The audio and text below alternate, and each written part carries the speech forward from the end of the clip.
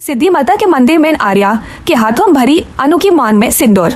Serial तुमसे तुम तक में देखने को मिलने वाला है।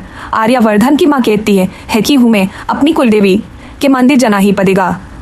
दूसरी तरफ अनु की फैमिली सिद्धि माता के मंदिर जाने के लिए तैयार हो जाती है, क्योंकि उन्हीं के घर पर आकर गुरु में पुष्पा से कहा तकी वही जाने के बाद अनु का रिश्ता पक्का होगा।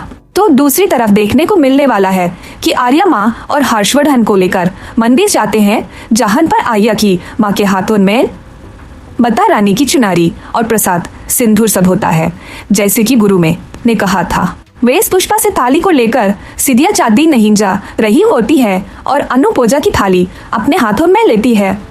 वही आर्या की माँ के पास थाली पे चुंदरी उठकर अनु पर गिर जाती है, जिसकी वजह से पूजा की थाली का सिंदूर आर्या के हाथों से उछलता है और अनु को संभालने के चक्कर में सिंदूर अनु की में बहा जाता है, वो भी माता रानी के मंदिर में। यहाँ पर आर्या की माँ पुष्पा दोनों ये देख लेते हैं और यही पर पूरी कहानी बदल जाएगी, जहां पर पुष्पा को यकीन हो चुका है कि वो आर्या है जो कि अनु का सहारा बन सकता है। अनु की शादी उन्नी से होगी, यही तो माँ रानी का इशारा था जो गुरु माने मंदिर आने के लिए।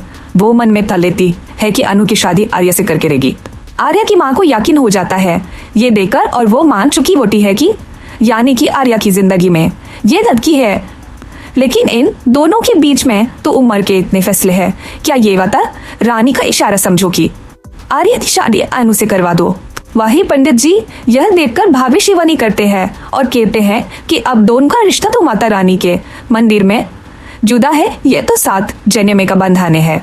अनु आर्या के पिछले जन्मों का भी बंधन है, शायद यही इशारा है। ये भविष्यवाणी पूरी कहानी को बदल कर रख देगी। देखना होगा कि क्या आर्या की माँ अनु को अपनी बहू बनाती है, यानी आपको होगा क्या लगता है।